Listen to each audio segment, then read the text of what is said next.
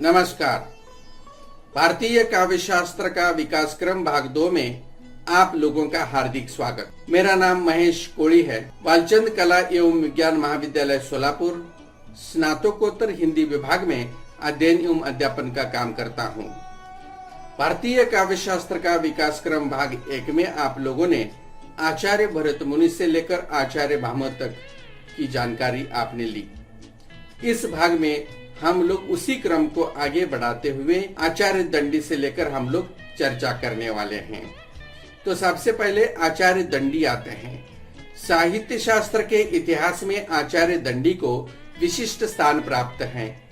आचार्य भामह के बाद चौथा स्थान इनका ही आता है, अर्थात नाट्य शास्त्र, अग्नि पुराण, काव्यालंकार के बाद आचार्य दंडी द्वारा रचित काव्यादर्श का स्थान आता है। स्पष्ट रूप से कहा जा सकता है कि अलंकार शास्त्र पर स्वतंत्र रूप से ग्रंथ रचना करने का श्रेय आचार्य दंडी को प्राप्त होता है। आचार्य दंडी अलंकार शास्त्री के अतिरिक्त कवि के रूप में भी प्रसिद्ध रहे थे। आचार्य दंडी ने अपने ग्रंथ अवंती सुंदरी कथा नामक गद्य काव्य में अपना अल्प परिचय दिया है। आचार्य दंडी का समय लगभग 7वीं शताब्दी के उत्तरार्ध में माना जा सकता है। आचार्य राजशेखर ने दंडी की 3 कृतियां मानी हैं, 1 काव्यादर्श, 2 दशकुमार चरित और 3 अवंती सुंदरी।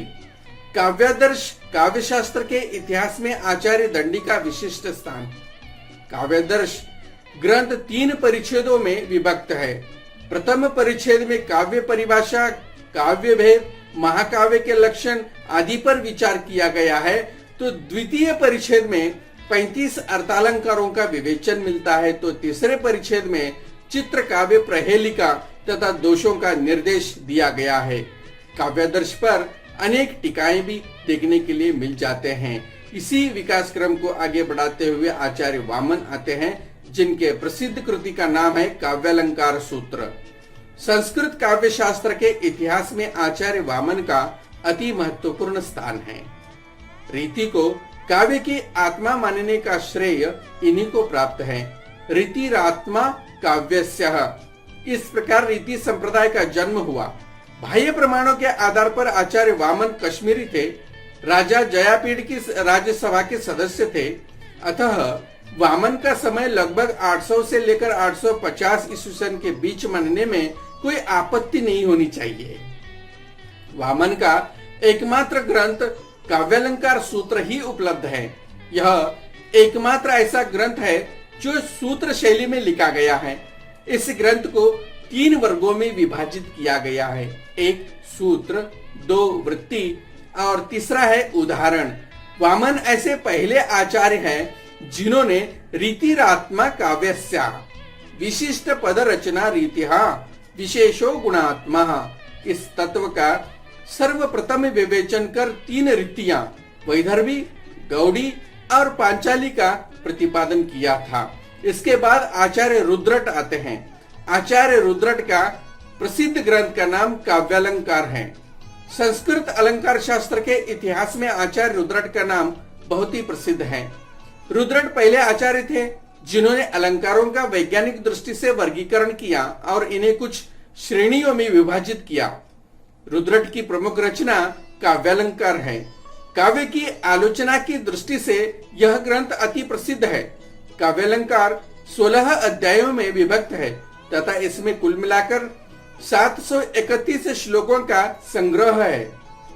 काव्यालंकार पर 3 टीकाएं मिलते हैं। रुद्रटालंकार तथा नमी साधु तथा जैन आचार्य आशाधर ने भी इनके ऊपर लिखी हुई टीकाएं हम लोगों को देखने के लिए मिल जाते हैं। इसके बाद आचार्य रुद्र भट्ट आते हैं। रुद्र भट्ट का प्रसिद्ध रचना श्रृंगार तिलक है।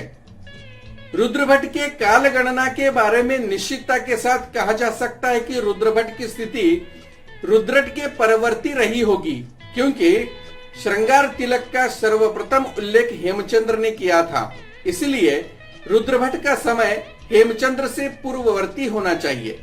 हेमचंद्र का समय 1088 से लेकर 1172 ईस्वी शती का है।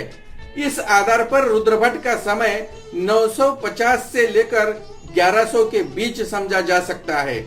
रुद्रभट्ट ने श्रृंगार तिलक में रसों का मुख्य रूप से श्रृंगार रस का व्यापक रूप से विवेचन किया है। इस ग्रंथ में 3 परिच्छेद है। प्रथम परिच्छेद में 9 रसों, भावों, नायक नायिका के विभिन्न प्रकारों का वर्णन मिलता है, तो द्वितीय परिच्छेद में विप्रलंब श्रृंगार रस की विवेचना और तृतीय परिच्छेद में अन्य रसों की वृत्तियों की आदि के विषय में चर्चा की है।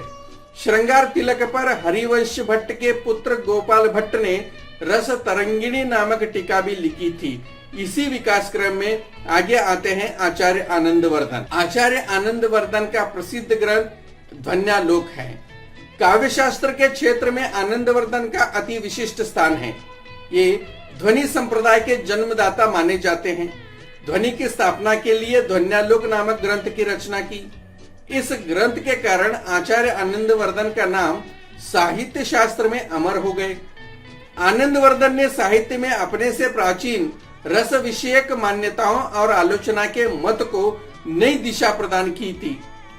ध्वनि की स्थापना कर उन्होंने समालोचना के एक नए मार्ग का उन्मीलन किया था। काव्य शास्त्र के इतिहास में आनंदवर्धन को एक मध्यवर्ती बिंदु माना जा सकता है। आनंदवर्धन का काल 9वीं शताब्दी का उत्तरार्ध माना जा सकता है।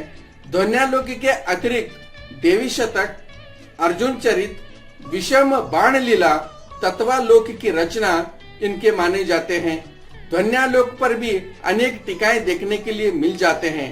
अभिनव गुप्त की लोचन टीका, चंद्रिका टीका, कौमुदी टीका आदि ग्रंथ देखने के लिए मिल जाते हैं। इसी क्रम में आगे आते हैं आचार्य उद्भट। आचार्य भामह और दंडी के पश्चात अलंकार संप्रदाय के अगले प्रमुख आचार्य उद्भट है, जिन्होंने अलंकार शास्त्र के ऊपर महत्वपूर्ण कार्य किया।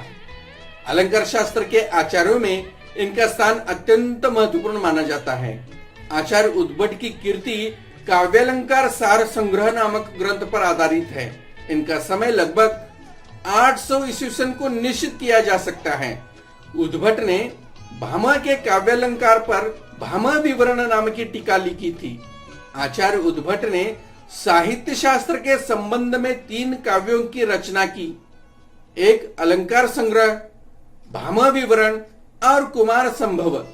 इनका अलंकार संग्रह ग्रंथ काव्य शास्त्र पर लिखा गया स्वतंत्र ग्रंथ है। काव्यालंकार सार संग्रह पर 2 टीकाएं उपलब्ध होती हैं, प्रतिहारेंदु राजकृत लघुवृत्ति टीका और राजानक तिलक कृत उद्भट विवेक। इस प्रकार से इसी विकास क्रम को आगे बढ़ाते हुए आगे के आचार्य आते हैं आचार्य महिम भट्ट। इनके प्रसिद्ध ग्रंथ का नाम है व्यक्ति विवेक। कश्मीर निवासी महिम भट्ट का साहित्य शास्त्र के इतिहास में अपना विशिष्ट स्थान है। इन्होंने व्यक्ति विवेक नामक ग्रंथ की रचना की थी। इस रचना के पीछे उनका मूल उद्देश्य था कि ध्वन्यालोक में प्रतिपादित ध्वनि तत्व का खंडन करना। इस ग्रंथ के अलावा तत्वोक्ति कोश ग्रंथ की रचना की थी। इनकी विशेषता तो 3 शब्द शक्तियों में से अभिधा शब्द शक्ति को महत्वपूर्ण स्थान देना है। इनके अनुसार काव्य में एकमात्र शब्द शक्ति होती है, वह है अभिधा शक्ति। इस प्रकार से इनका काल 1020 से लेकर 1050 ईस्वी सन के मध्य माना जा सकता है। इसी विकास क्रम को आगे बढ़ाते हुए आगे के आचार्य मुकुल भट्ट आते हैं। आचार्य मुकुल भट्ट का प्रसिद्ध ग्रंथ का नाम अभिधा वृत्ति मात्रका है। इनकी एकमात्र कृति है जो 15 कारिकाओं से युक्त लघु रचना है। इस कृति में मुकुल भट्ट ने 2 शब्द शक्तियों अभिधा और लक्षणा का विशद विवेचन किया है। ये कश्मीरी निवासी भट्ट कल्लट का पुत्र था। मुकुल भट्ट को 9वीं शताब्दी के उत्तरार्ध एवं 10वीं शताब्दी के पूर्वार्ध में होना चाहिए। आगे के आचार्य भट्ट तौत आते हैं। आचार्य भट्ट तौत का प्रसिद्ध ग्रंथ का नाम काव्य कौतुक है। ये अभिनव गुप्त के गुरु थे। भट्ट तौत ने अभिनव गुप्त को नाट्यवेद की शिक्षा प्रदान की थी। भट्ट तौत के काव्य शास्त्रीय नियमों का और सिद्धांतों का उल्लेख अभिनव गुप्त ने ध्वन्यालोक की लोचन टीका और नाट्यशास्त्र की अभिनव भारतीय टीका में अनेक स्थानों पर किया है। हेमचंद्र ने भी भट्टतोत को अनेक स्थानों पर उल्लेख किया है। भट्टतोत की रचना का समय 950 से लेकर 980 ईस्वी सन के बीच होना चाहिए। इसी विकास क्रम में आचार्य क्षेमेंद्र जी आते हैं। आचार्य क्षेमेंद्र जी का प्रसिद्ध ग्रंथ का नाम औचित्य विचार चर्चा है। औचित्य विचार के कारण साहित्य शास्त्र के इतिहास में आचार्य क्षेमेंद्र का नाम प्रसिद्ध है। आचार्य क्षेमेंद्र ने औचित्य सिद्धांत की स्थापना कर इसे काव्य की आत्मा के रूप में प्रतिष्ठा प्रदान की। आचार्य क्षेमेंद्र ऐसे आचार्य हैं जिन्होंने अनेकानेक विधाओं में साहित्य का सृजन किया था। इन्होंने लगभग 40 ग्रंथों की सृष्टि की थी। इनमें से अधिकतर ग्रंथ आज उपलब्ध है। क्षेमेंद्र के गुरु अभिनव गुप्त थे, अतः यह विचार किया जा सकता है कि क्षेमेंद्र ने भी अपनी रचनाएं 1020 से लेकर 1066 ईस्वी सन के बीच लिखी होगी। उल्लेखनीय है कि 40 ग्रंथों में से साहित्य शास्त्र के क्षेत्र में क्षेमेंद्र की 2 रचनाएं अति प्रसिद्ध रही है। एक औचित्य विचार चर्चा और दूसरा है कवि कंठाभरण। इसके आगे के आचार्य का नाम आता है आचार्य कुंतक। काव्य शास्त्र के इतिहास में आचार्य कुंतक ने वक्रोक्ति नामक अपूर्व सिद्धांत का प्रतिपादन किया था। इन्होंने वक्रोक्ति को ही काव्य का आत्मतत्व माना है। इनके वक्रोक्ति सिद्धांत को साहित्य शास्त्र में अधिक समर्थन नहीं मिला, परंतु उनको साहित्य जगत में आदरणीय स्थान प्राप्त है। आचार्य कुंतक कश्मीर निवासी और अभिनव गुप्त के समकालीन माने जाते हैं। इनका समय 10वीं शताब्दी के परवर्ती होना माना जा सकता है। आचार्य कुंतक ने वक्रोक्ति के 6 भेद किए हैं, जिसमें वर्ण विन्यास वक्रता, वाक्य वक्रता, पद पूर्वार्ध वक्रता, प्रत्यय वक्रता, प्रकरण वक्रता और प्रबंध वक्रता। और इसी के साथ ही वक्रोक्ति रूप वैचित्र के कुंतक ने 4 गुण बताए हैं: माधुर्य, प्रसाद, लावण्य और अभिजात्य। आगे चलकर कुंतक ने काव्य के 3 मार्ग बताए हैं: वैचित्र्य मार्ग, सुकुमार मार्ग और सौकुमार्य वैचित्र्य बतलाए हैं। इससे स्पष्ट होता है कि भारतीय काव्य शास्त्र में आचार्य कुंतक का अत्यंत महत्वपूर्ण स्थान माना जा सकता है। तो आज हम लोग इसी भाग में यहीं पर रुकते हैं। अगले भाग में हम लोग आचार्य भट्टनायक से पुनः मिलेंगे। तब तक के लिए धन्यवाद। नमस्कार।